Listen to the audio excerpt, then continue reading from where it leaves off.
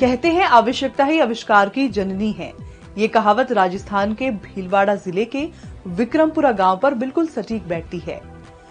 जब 10 साल पहले यहाँ ऑक्सीजन की कमी हुई तो गांव वालों ने सैकड़ों पेड़ लगा दिए।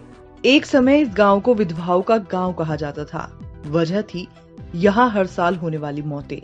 खनन बाहुल्य इलाके में विस्फोटों और जेसीबी से खुदाई से उड़ने वाली धूल की वजह से यहाँ रहने वालों को सांस लेने में तकलीफ वाली बीमारी अस्थमा, टीबी, सिलिकोसिस होने लगी। लोग तड़प तड़प कर मरने लगे थे। उस वक्त साल 2 साल में 250 लोगों की मौत हो गई थी। 2000 के करीब लोग बीमार हो गए। सांस की तकलीफ की वजह से सिलेंडर जुटाने पड़ते थे। इससे बचने के लिए लोगों ने पेड़ लगाने शुरू कर दिए। देखते ही देखते गांव के हर घर के बाहर नीम का पेड़ लगा दिया गया। राजस्थान के कई गांवों में इन दिनों कोरोना संक्रमण से हालात गंभीर हैं। अपेक्षाकृत इस गांव की स्थिति भयावह नहीं है।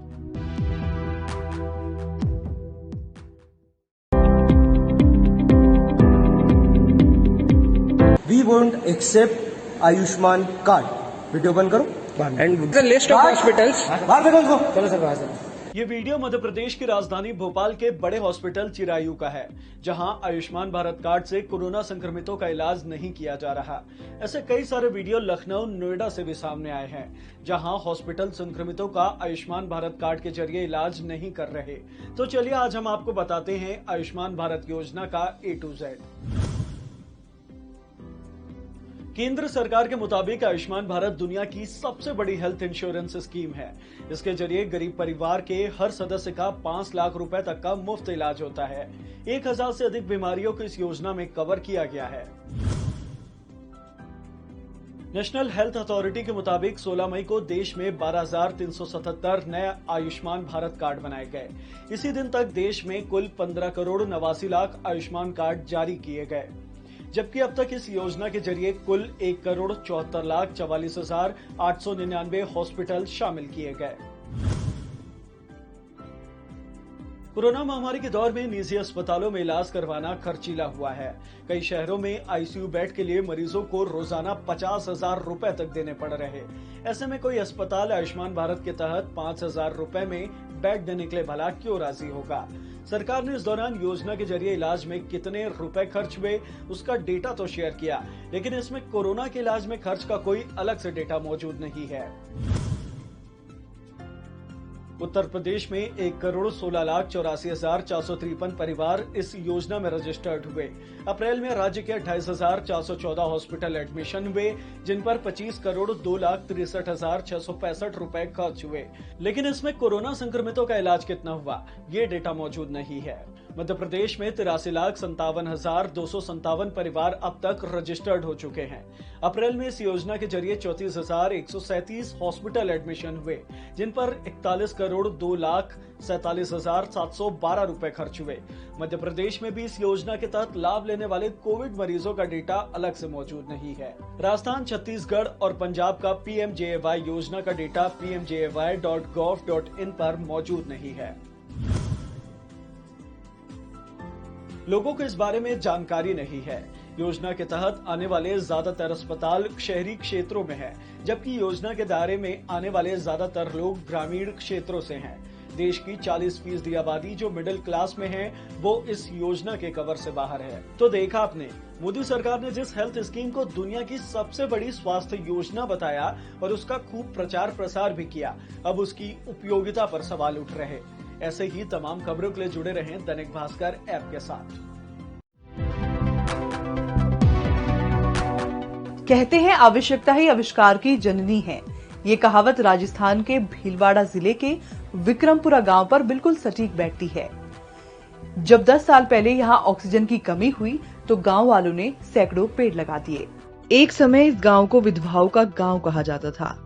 वजह थी यहाँ हर साल होने वाली मौतें।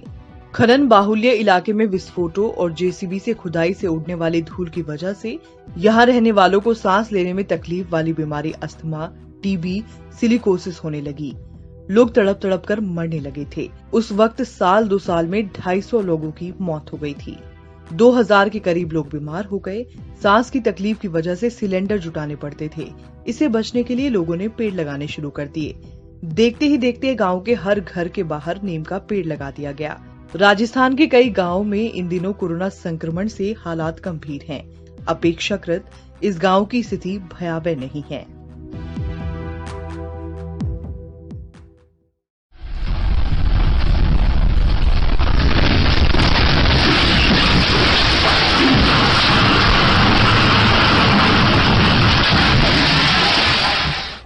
नेपाल में आज सुबह 5.8 तीव्रता का भूकंप आया है। नेपाल के स्थानीय समय के मुताबिक सुबह 5:42 पर भूकंप के झटके महसूस किए गए। इसका केंद्र पोखरा से 35 किलोमीटर पूर्व में था। राहत की बात यह है कि अभी तक किसी जानहानि की कोई खबर नहीं है। नेपाल में जहां भूकंप का केंद्र है, उससे बिहार के बेतिया शहर की सीमा 300 किलोमीटर दूर है। इसलिए भूकंप का असर बिहार की उत्तरी सीमा पर भी पड़ सकता है।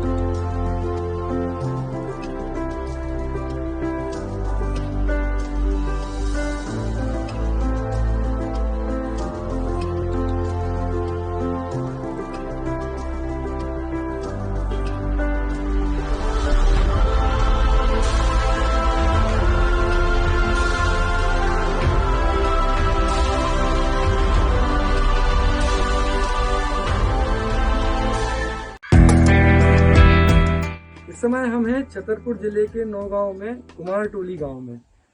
पूरे देश में सभी जगह लॉकडाउन लगा हुआ है। कुमारटोली नौगांव में भी लॉकडाउन की स्थिति है। लोग घरों से बाहर नहीं निकल रहे हैं। लेकिन इस लॉकडाउन, इस मुश्किल घड़ी के समय भी कैसे पॉजिटिव काम किया जाता है, कैसे अच्छे काम किए जा सकते हैं, कैसे आगे की तैयारी की जा सकती है, ये कुमारटोली के एक छोटे से घर से, गाँव से, यहाँ पे जो है मिट्टी का काम होता है। मिट्टी के बर्तन बनाए जाते हैं और यहाँ कई परिवार ऐसे हैं जो कि लॉकडाउन के समय में मिट्टी के बर्तन बना के दीपावली तक की तैयारियां कर रहे हैं। जैसे कि आप देख सकते हैं कि यहाँ पे जो मिट्टी के बर्तन बना के रखे हैं, यहाँ पे ग्वालनें बना के रखी गई हैं। तो ये बहुत लंबी तैयारी है इनकी। आप अभी लॉकडाउन के टाइम में जब सारी चीजें बंद हैं तो आप ये मिट्टी के घड़े और अपने बर्तन बना रहे हैं, तो कैसे आप पूरा मैनेज कर रहे हैं, कैसे क्या बता रहे हैं?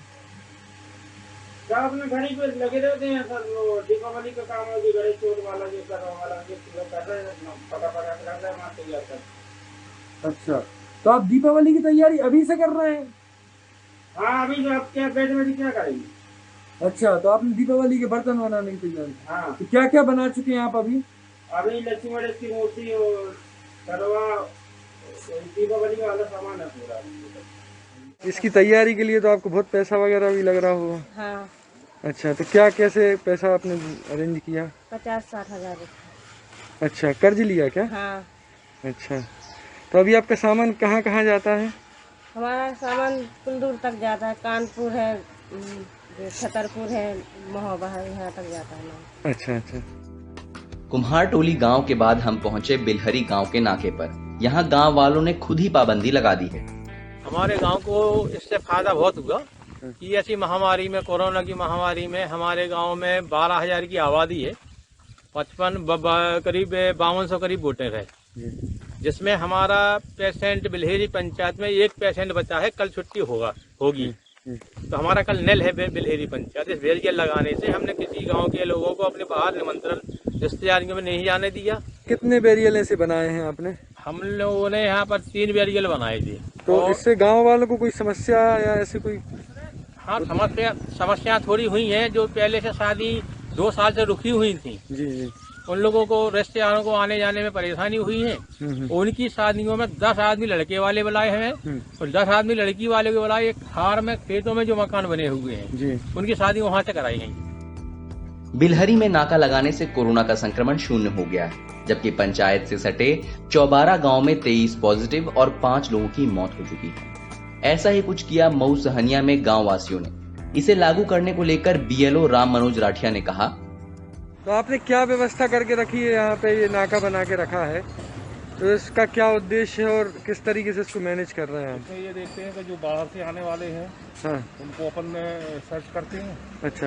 और जो बिना मास्क के निकलते हैं उनको अपन प्रोत्साहित करते हैं मास्क लगाना और चालान भी करते हैं। इससे क्या फायदा हुआ? यहाँ के गांव के लोगों को प्रोत्साहित तो अपन कर ही रहे हैं हाँ, कि मास्क लगाएं, सोशल डिस्टेंसिंग रखें। देश में कोरोना की दूसरी लहर जारी है। गांव के हालात बताते हैं, जहां सख्ती और सावधानियां रखी वहां कोरोना से सुरक्षित रहे। जहां लापरवाहियां हुई वहां लोगों को जान देकर कीमत चुकानी पड़ी।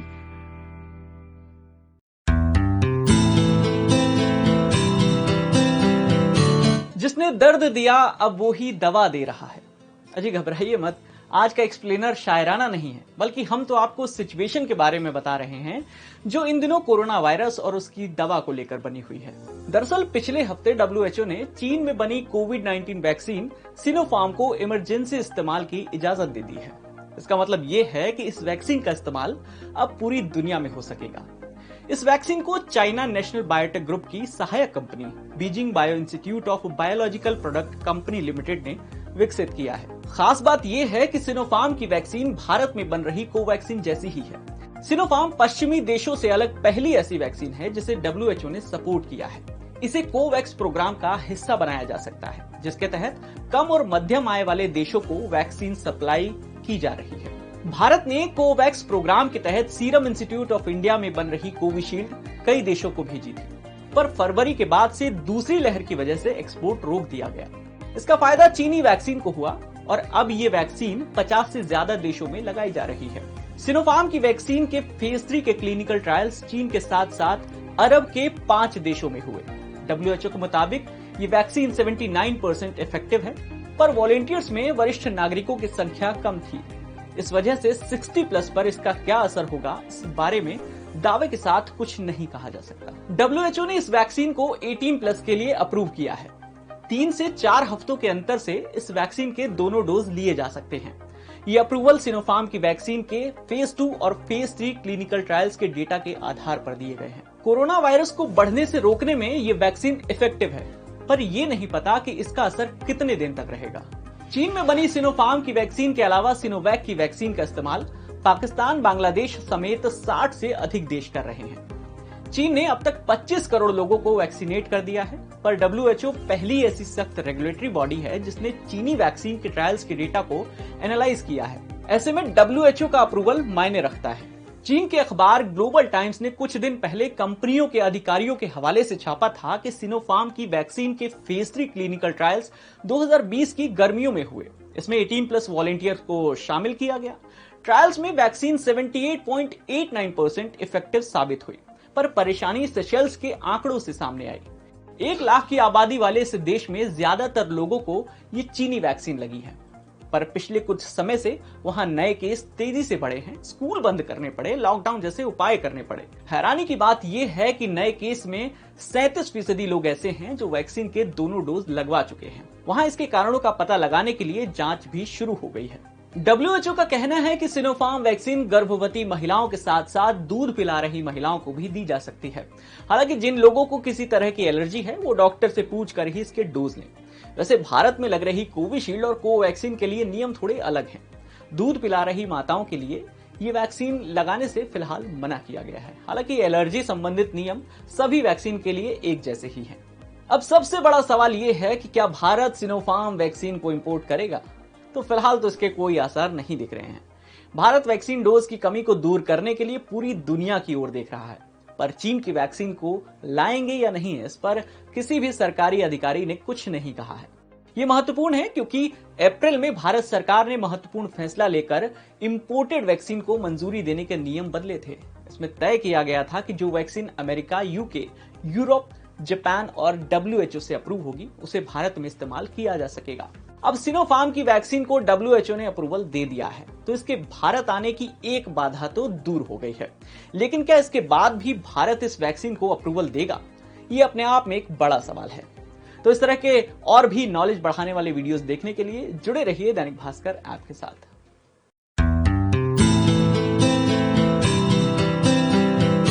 जिसने दर्द दिया अब वो ही दवा दे रहा है। अजी घबराइए मत, आज का एक्सप्लेनर शायराना नहीं है, बल्कि हम तो आपको सिचुएशन के बारे में बता रहे हैं जो इन दिनों कोरोना वायरस और उसकी दवा को लेकर बनी हुई है। दरअसल पिछले हफ्ते WHO ने चीन में बनी कोविड-19 वैक्सीन सिनोफार्म को इमरजेंसी इस्तेमाल की इजाजत दे दी है। इसका मतलब ये है कि इस वैक्सीन का इस्तेमाल अब पूरी दुनिया में हो सकेगा। इस वैक्सीन को चाइना नेशनल बायोटेक ग्रुप की सहायक company Beijing bio institute of biological product company limited ने विकसित किया है। खास बात यह है कि सिनोफार्म की वैक्सीन भारत में बन रही कोवैक्सीन जैसी ही है। सिनोफार्म पश्चिमी देशों से अलग पहली ऐसी वैक्सीन है जिसे WHO ने सपोर्ट किया है। इसे कोवैक्स प्रोग्राम का हिस्सा बनाया जा सकता है, जिसके तहत कम और मध्यम आय वाले देशों को वैक्सीन सप्लाई की जा रही है। भारत ने कोवैक्स प्रोग्राम के तहत सीरम इंस्टीट्यूट ऑफ इंडिया में बन रही कोविशील्ड कई देशों को भेजी थी, पर फरवरी के बाद से दूसरी लहर की वजह से एक्सपोर्ट रोक दिया गया। इसका फायदा चीनी वैक्सीन को हुआ और अब ये वैक्सीन 50 से ज्यादा देशों में लगाई जा रही है।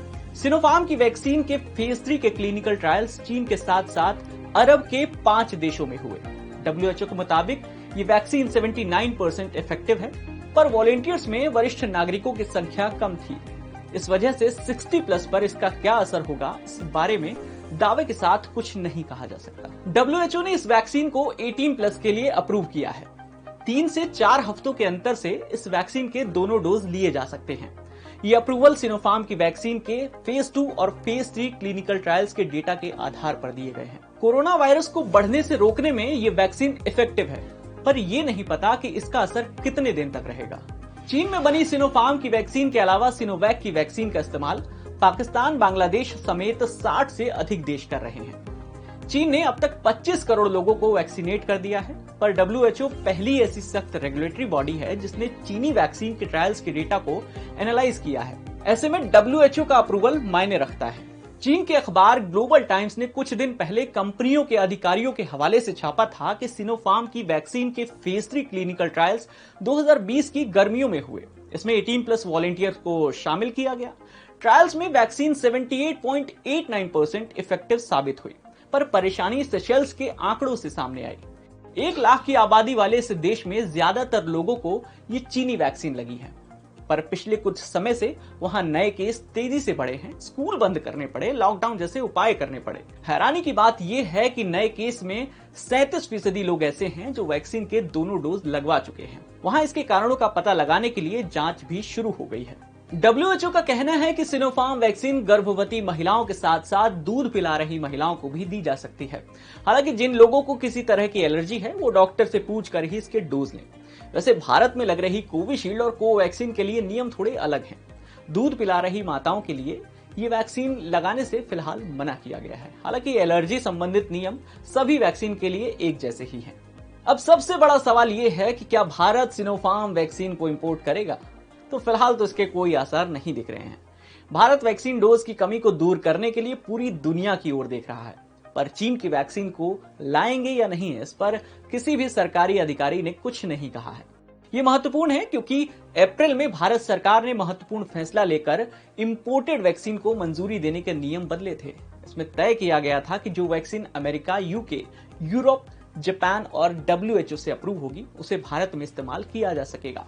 अब सिनोफार्म की वैक्सीन को WHO ने अप्रूवल दे दिया है, तो इसके भारत आने की एक बाधा तो दूर हो गई है। लेकिन क्या इसके बाद भी भारत इस वैक्सीन को अप्रूवल देगा? ये अपने आप में एक बड़ा सवाल है। तो इस तरह के और भी नॉलेज बढ़ाने वाले वीडियोस देखने के लिए जुड़े रहिए दैनिक भास्कर ऐप के साथ। अरब सागर से उठे चक्रवाती तूफान ताऊ ते ने मंगलवार रात राजस्थान में प्रवेश किया। जयपुर, अजमेर, भरतपुर संभाग में तेज हवाओं के साथ बारिश हो रही है। उदयपुर में शहर के निचले इलाकों में पानी भर गया। हवा पानी की वजह से जगह जगह पेड़ और बिजली के खंभे गिर गए। अरब सागर से उठा तूफान ताऊ ते उदयपुर में दस्तक दे चुका है। आप मेरे पीछे देख सकते हैं किस तरह तेज हवा के साथ मूसलाधार बारिश का दौर यहाँ जारी हो गया है। तेज आंधी चल रही है और बारिश लगातार गिर रही है। देर रात तूफान उदयपुर राजसमंद होता हुआ अजमेर, जयपुर की ओर आगे बढ़ गया। मौसम विभाग के अनुसार तूफान का असर आज पूरे दिन उदयपुर, जोधपुर संभाग के अलावा जयपुर, भरतपुर और कोटा संभाग के जिलों में भी देखने को मिलेगा। गुरुवार से मौसम साफ होने लगेगा।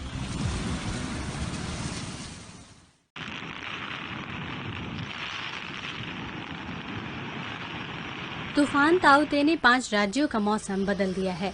राजस्थान से लेकर दिल्ली और मध्य प्रदेश तक बारिश हो रही है। बात गुजरात की करें तो मंगलवार को गुजरात के 96 तहसीलों में भारी बारिश हुई। यहां अभी भी 3850 गांवों में अंधेरा छाया हुआ है। अनुमान लगाए जा रहे हैं कि 2 लाख से अधिक पेड़ गिर चुके हैं। कई जिलों में करीब 112 रास्तों पर आवागमन प्रभावित हुआ है और 20,000 से ज्यादा कच्चे मकानों को भी नुकसान पहुंचा है। तूफान ताउते के चलते हुई बारिश के कारण मुंबई के निचले इलाकों में पानी भर गया। शहर के दादर, वर्ली, लोअर परेल, माटुंगा और माहिमा समेत मुंबई के पश्चिमी उपनगरीय इलाकों में भी भारी बारिश हुई। वहीं मुंबई के Worli sea face, Shivaji Park, Marine Drive पर समुद्र तट पर ऊंची लहरें उठी। तूफान ताउते का असर राजस्थान में भी देखने को मिल रहा है। मंगलवार को जयपुर, भीलवाड़ा, चित्तौड़गढ़, बूंदी, सवाई माधोपुर सहित 15 जिलों में जोरदार बारिश हुई। मौसम विभाग ने बुधवार को 20 जिलों में बारिश का अलर्ट जारी किया है। मध्य प्रदेश के भोपाल में कई जगहों पर मंगलवार रात रुक रुक कर बारिश हुई। यहाँ रात 8:30 बजे तक 2 मिलीमीटर बारिश दर्ज की गई। बुधवार को भी कई इलाकों में बारिश होने की संभावना है। वहीं राजधानी दिल्ली में मंगलवार को बादल छाए रहे। नोएडा और गाजियाबाद में भी बूंदाबांदी हुई। बुधवार को भी बारिश की संभावना जताई गई है। इस दौरान तापमान गिरकर 30 से 33 डिग्री के बीच रह सकता है। फरीदाबाद के लिए भी मौसम विभाग ने ऑरेंज अलर्ट जारी किया है।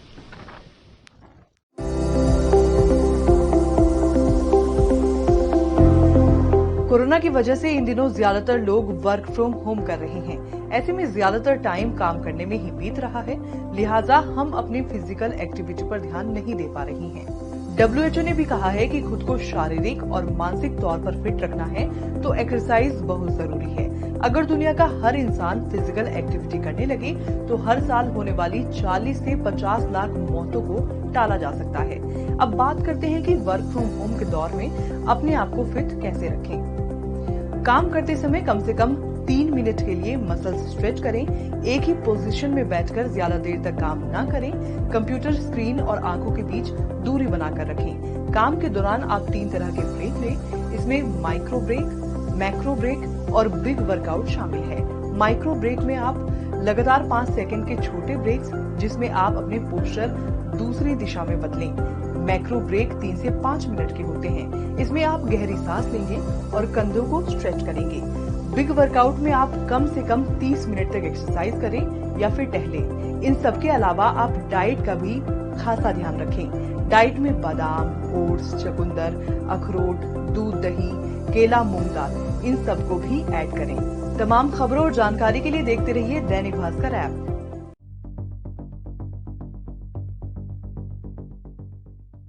देश में वैक्सीनेशन संकट एक अनार 100 बीमार वाले स्थिति तक पहुंच चुका है।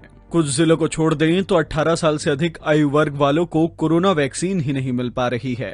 मौजूदा संकट से निपटने के लिए केंद्रीय मंत्री नितिन गडकरी ने एक फॉर्मूला सुझाया है। ये वैक्सीन वाली कंपनी एक के बजाय 10 लोगों को लाइसेंस दे और रॉयल्टी भी ले, कोई सेवाभावी करके ना करे।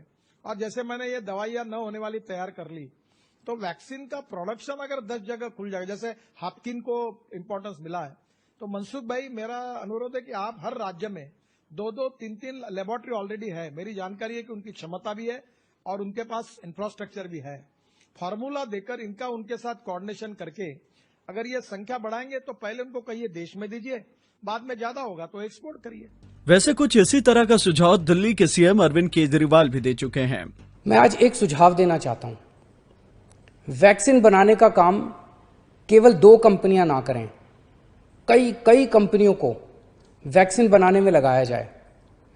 केंद्र सरकार इन दोनों कंपनियों से वैक्सीन बनाने का फॉर्मूला ले ले और उन सभी कंपनियों को दे दे जो सुरक्षित तरीके से वैक्सीन बना सकती हैं। ऐसे कठिन समय में केंद्र सरकार के पास पावर है कि वो ये कर सकती है। इन सुझावों पर पीएम मोदी कितना अमल करेंगे, खासतौर पर तब जब बीजेपी के ही राज्यसभा सांसद सुब्रमण्यम स्वामी पीएमओ पर फेल होने का आरोप लगाते हुए कमान गडकरी को सौंपने की मांग कर चुके हैं। इसके पहले भी केंद्र सरकार का पूरे मामले में ढुलमुल रवैया ही सामने आया है।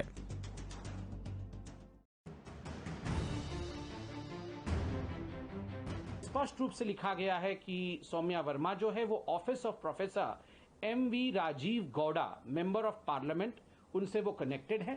अर्थात जो AICC रिसर्च विंग है जिसको कि हेड प्रोफेसर गौड़ा करते हैं, उनके रिसर्च विंग के साथ वो कनेक्टेड है। आप यहां देख सकते हैं। सेंट्रल विस्टा प्रोजेक्ट पर बनी टूलकिट को लेकर कांग्रेस और भाजपा में तकरार जारी है। अब बुधवार को संबित पात्रा ने फिर इस मसले को उठाया और ट्वीट कर टूलकिट बनाने वाले का नाम बताने का दावा किया। संबित पात्रा ने ट्वीट किया कि बीते दिन कांग्रेस पूछ रही थी कि टूलकिट का निर्माता कौन है, ऐसे में अब पेपर्स की प्रॉपर्टी चेक कर लीजिए। लेखक सौम्या वर्मा। अब ये सौम्या वर्मा कौन है? सबूत गवाही दे रही हैं। क्या अब सोनिया गांधी, राहुल गांधी जवाब देंगे? संबित पात्रा ने अपने ट्वीट के साथ कुछ तस्वीरें भी शेयर की हैं, जिनमें सौम्या वर्मा की कांग्रेस नेताओं के साथ तस्वीरें हैं। इनमें एक तस्वीर राहुल गांधी के साथ भी है। साथ ही लिंक्डइन प्रोफाइल साझा कर दावा किया है कि सौम्या वर्मा कांग्रेस नेता राजीव गौड़ा के ऑफिस में काम करती है। ये जो टूल किट मैनेजर्स हैं, उनके फोटो को आप देख सकते हैं। मैं पूरे देश को दिखाना चाहता हूं। मैडम यहाँ बैठी हैं, उनका नाम सौम्या वर्मा है। वहीं कांग्रेस प्रवक्ता रणदीप सुरजेवाला ने पात्रा के दावे को खारिज किया।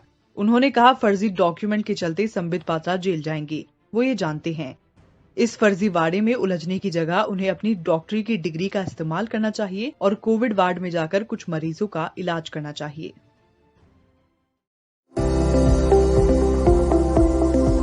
कोरोना की इस स्थिति में इलाज के खर्च को देखते हुए आपके मन में भी ये सवाल होगा कि ऐसे में आप अपने माता पिता को क्या अलग व्यक्तिगत हेल्थ इंश्योरेंस पॉलिसी के तहत कवर देना सही रहेगा? तो चिंता मत करिए, हम आपको बताते हैं कि इसके लिए आपके पास क्या ऑप्शन है और कौन सा आपके लिए प्लान सही रहेगा।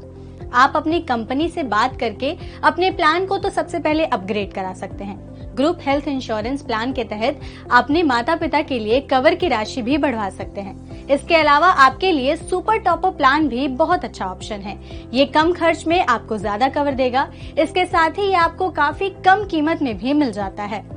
साथ ही इस कोरोना काल को ध्यान में रखते हुए आप कोरोना कवच प्लान भी ले सकते हैं। इससे कोरोना संक्रमित पाए जाने पर अस्पताल में भर्ती होने से पहले और बाद और घर में देखभाल सहित इलाज से जुड़े अन्य खर्चे कवर हो जाएंगे। और अगर आपके माता पिता के पास अभी तक कोई भी हेल्थ इंश्योरेंस कवर नहीं है तो ऐसे में उनके लिए अलग बीमा पॉलिसी खरीदना बिल्कुल सही रहेगा।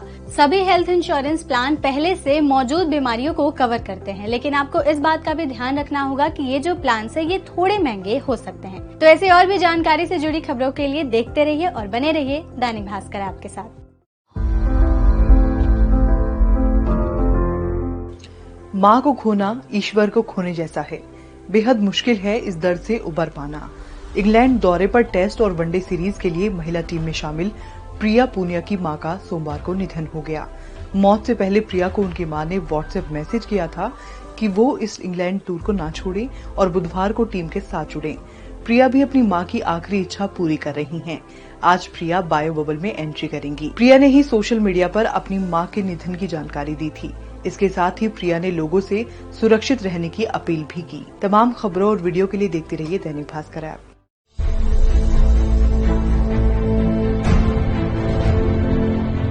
क्रिकेटर कुलदीप यादव ने शनिवार को कोरोना वैक्सीन लगवाई।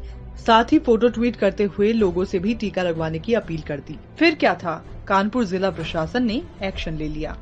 अब आप सोच रहे होंगे कि वैक्सीन लगवाना कब से अपराध हो गया, तो जरा गौर से देखिए इस तस्वीर को। कुलदीप यादव का वैक्सीनेशन किसी हेल्थ सेंटर में नहीं बल्कि गेस्ट हाउस में किया गया। दरअसल जिला प्रशासन का कहना है कि अस्पताल में स्लॉट बुक करके गेस्ट हाउस में टीका कैसे लगवाया गया। फिलहाल पूरे मामले की जांच के आदेश दे दिए गए हैं। एडीएम अतुल कुमार को मामले की जांच कर जल्द से जल्द रिपोर्ट सौंपने को कहा गया है। जांच की आंच हेल्थ वर्करों को भी अपनी जद में ले सकती है। अब सवाल ये भी है कि कुलदीप को किसके कहने पर वैक्सीन लगाने के लिए स्वास्थ्य कर्मी गेस्ट हाउस पहुंचे।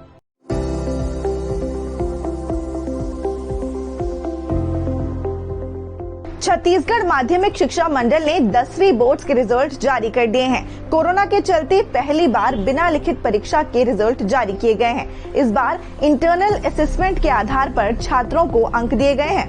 इस बार कोई भी बच्चा फेल नहीं हुआ है। वहीं 97% बच्चे फर्स्ट डिवीजन से पास हुए हैं। इस परीक्षा में कुल 4,61,093 बच्चों ने इंटरनल असेसमेंट्स दिए थे। रिजल्ट देखने के लिए आप cgbsc.nic.in पर जा सकते हैं। यहां से मार्कशीट की कॉपी भी डाउनलोड करना ना भूलें।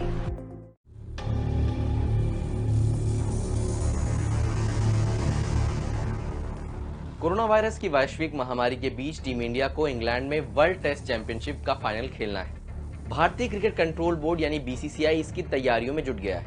इंग्लिश बोर्ड से सॉफ्ट क्वारंटीन को लेकर बात चल रही है और बोर्ड ने 19 मई से सभी खिलाड़ियों को मुंबई में बायो बबल में एंट्री करने के निर्देश दे दिए।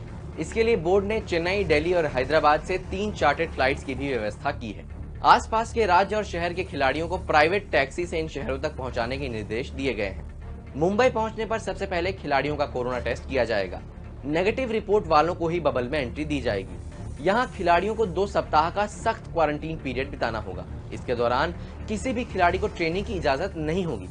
इसके बदले में बीसीसीआई इंग्लैंड क्रिकेट बोर्ड से टीम इंडिया के लिए लंदन में छूट दिए जाने की मांग कर रहा है।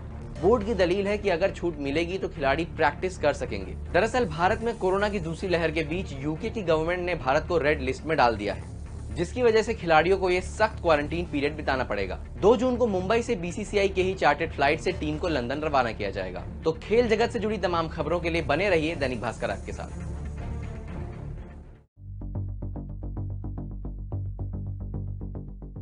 नारदा स्टिंग ऑपरेशन केस को राज्य से ट्रांसफर करने की मांग को लेकर सीबीआई ने कोलकाता हाईकोर्ट में याचिका लगाई है। इस याचिका में सीबीआई ने पश्चिम बंगाल की सीएम ममता बनर्जी और कानून मंत्री मलॉय घटक को पार्टी बनाया है। इस केस से जुड़ी दूसरी याचिकाओं के साथ इस पर भी 2 सदस्यीय बेंच सुनवाई कर रही है। याचिका पर सुनवाई करते हुए कोर्ट ने सीबीआई से पूछा है कि क्या कोरोना काल में आरोपियों को जेल में रखा जाना जरूरी है। इन पर निचली अदालत से भी ज्यादा कड़ी शर्तें लगाई जा सकती हैं। सुनवाई के दौरान सीबीआई का पक्ष रख रहे सॉलिसिटर जनरल तुषार कुमार ने कहा, पहले दिन जब आरोपियों को जमानत दी गई तब हमें अपना पक्ष रखने का मौका नहीं मिला था। हम कोर्ट के सामने केस डायरी भी पेश नहीं कर पाए थे क्योंकि हमें ऐसा करने से रोका गया था। एसजी ने कहा कि चारों टीएमसी नेता इस वक्त अस्पताल में हैं, जबकि उन्हें जेल में होना चाहिए। मुझे नहीं लगता कि देश में ऐसा पहले कभी हुआ है।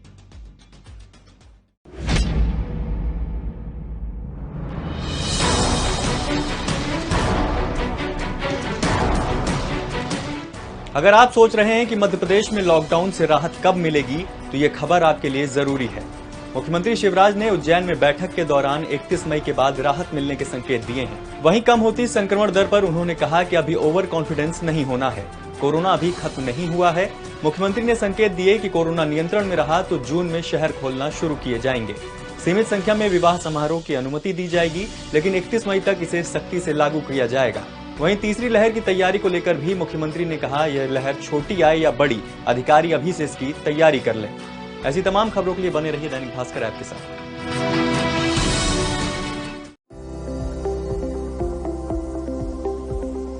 भारतीय क्रिकेट टीम के कप्तान विराट कोहली का दिल उनके नाम की तरह ही विराट है। कोरोना से जंग लड़ रहे लोगों के इलाज के मदद के बाद अब उन्होंने पूर्व महिला क्रिकेटर एसके श्रवंती नायडू की मां के इलाज के लिए 6,77,000 रुपए डोनेट किए हैं। श्रवंती के माता पिता की हालत गंभीर है। दोनों कोरोना से जूझ रहे हैं और आईसीयू में भर्ती हैं। उनके इलाज में अब तक लगभग 16 लाख रुपए खर्च हो चुके हैं। कुछ दिनों पहले ही श्रवंती ने सोशल मीडिया के जरिए लोगों से मदद मांगी थी। उनकी बहन ने भी एक पोस्ट में विराट को टैग किया था और इसी का जवाब देते हुए विराट ने उनकी मदद का ऐलान किया है। विद्या ने विराट की मदद पर कहा कि महान क्रिकेटर ने एक महान रोल अदा किया है। आपको बता दें कि श्रवंती के नाम T20 में डेब्यू करते हुए बेस्ट बॉलिंग का रिकॉर्ड दर्ज है।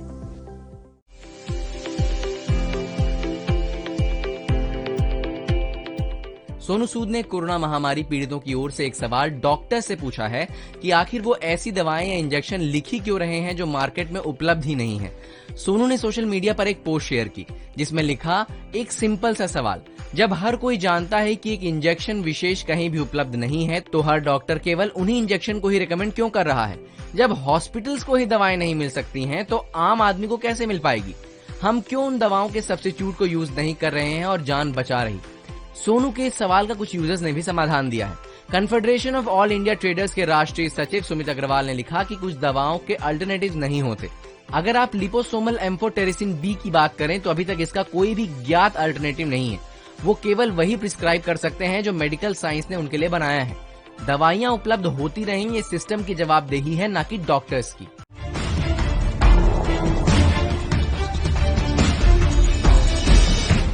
कोरोना के बढ़ते खतरे के बीच 21 जून तक सभी जिलों में धारा 144 लागू रहेगी।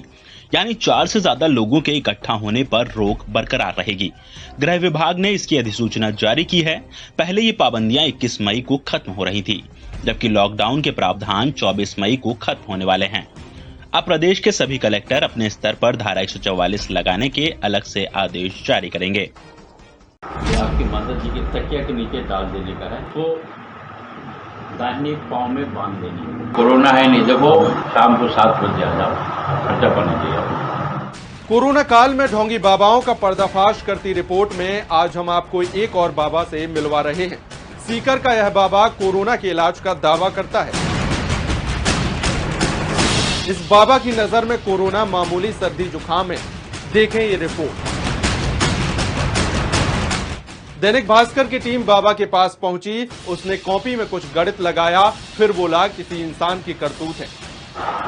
तो ऊपर का ही है बाबा, कोई आपने जैसे अभी कुछ वो देखा? कुछ नहीं, किसी इंसान का है, किसी इंसान का है, कोई आदमी का है, जो आपके ऊपर बिल्कुल कड़ी नजर रख रखा है। और क्या पता किसी से इधर उधर कुछ करवा करके भी कुछ कर दिया हो। अब शाम को 7 बजे मेरे पास। माँ तो ठीक हो जाएगी बाबा। कितनी साल की है? माँ की उम्र 58 साल है। 58 साल है। आप भी रही कि नहीं कुछ?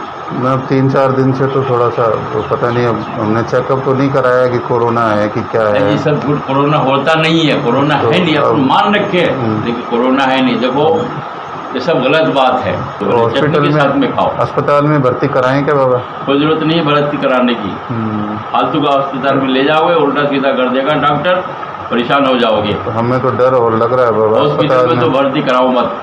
मेरे तो बाबा माँ ही सब कुछ है बाबा। आप अगर वो करो तो मैं शाम को आ जाऊँ बाबा। शाम को 7 बजे आ जाओ और खर्चा पानी दे जाओ। बाबा ने हमें शाम 7 बजे बुलाया और वो भी खर्चे पानी के साथ। हमारी टीम शाम को फिर बाबा के पास पहुंची। ढोंगी बाबा ने हमें कोरोना के इलाज का क्या नुस्खा बताया, देखें। गिलास के अंदर या पहले गर्म करना, उस गर्म के अंदर 1 ढक्कन पानी इस बोतल का उसमें मिला देंगे। ठीक है। ठीक है। जितना पिए पिला देने का, फिर थोड़ा बहुत उसके ऊपर आंच के ऊपर छाता मारने का। ठीक है। ठीक है। दिन में 2 बार 3 बार 4 बार। वो पहले वाला जो पीने का है, ये पहले वाला पीने का है ना। 1 बोतल में डाल के पीने का। हाँ, 3 बार 4 बार 1 बोतल में डाल के 1 घंटा छोड़ देने का। और दूसरे पानी में, ये गर्म की जरूरत नहीं है, दूसरे पानी में थोड़ा सा पानी लिया, आधा लीटर। हाँ, और इसमें से 1-2 ढक्कन, 2 ढक्कन कम से कम इस पानी में मिला दिया। आधा लीटर वाले में? आधा लीटर वाले। ठीक है। ठीक है ना। अब उस पानी को आपका जो मेन गेट है, दरवाजा है, वहाँ पर थोड़ी देर थोड़ा दूर तक छिड़काव कर देंगे। समझ में आई बात? ठीक है। समझ में? इसी बोतल का बोतल ये तो माता जी के ऊपर करना है ना। हाँ, वो ये गेट के ऊपर छिड़काव करना है। ये आपकी माता जी के तकिया के नीचे डाल देने का है, कोई कपड़ा में लपेट करके। इसको दाहिने पाँव में बांध देनी है, जैसे ये पाँव सीधे पैर में, सीधे पैर में यहाँ पर। ठीक है। ठीक है ना। ये फिर वापस करके देना है बाद में, वापस लाके। अधिक खबरों और जानकारी के लिए बने रहिए दैनिक भास्कर ऐप के साथ।